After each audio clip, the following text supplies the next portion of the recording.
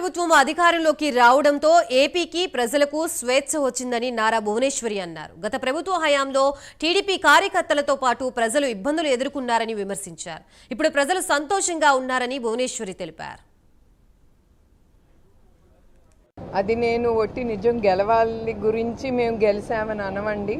ఎందుకంటే ప్రజలు చాలా ఎదుర్కొన్నారు. మీ అందరికీ మీడియా వాళ్ళందరూ మీ అందరికి కూడా తెలుసు ప్రజలు ఎట్లాంటి ఇబ్బందులు ఎదుర్కొన్నారో, ఎస్పెషలీ టీడీపీ కార్యకర్తలు. ఆ నిజం గెలవాలి అనే ఆ కార్యక్రమం నేను చేపట్టినప్పుడు చంద్రబాబు నాయుడు గారు బయటకు వచ్చిన తర్వాత కూడా నేను వెళ్ళానంటే నా కళ్ళారా నేను చూశాను ప్రజలు ఎదుర్కొనే సమస్యలు. తర్వాత మా టీడీపీ కార్యకర్తలు, టీడీపీ బిడ్డలు వాళ్ళు చాలా ఎదుర్కొన్నారు ఈ ముందలుండే ప్రభుత్వం ద్వారా. సో నాకు చాలా సంతోషంగా ఉందండి.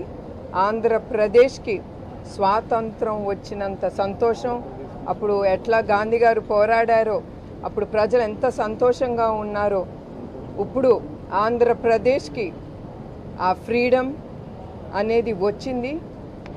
ప్రజల మొహాల్లో నేను ఆ సంతోషం అనేది నేను చూస్తున్నాను. అది నేను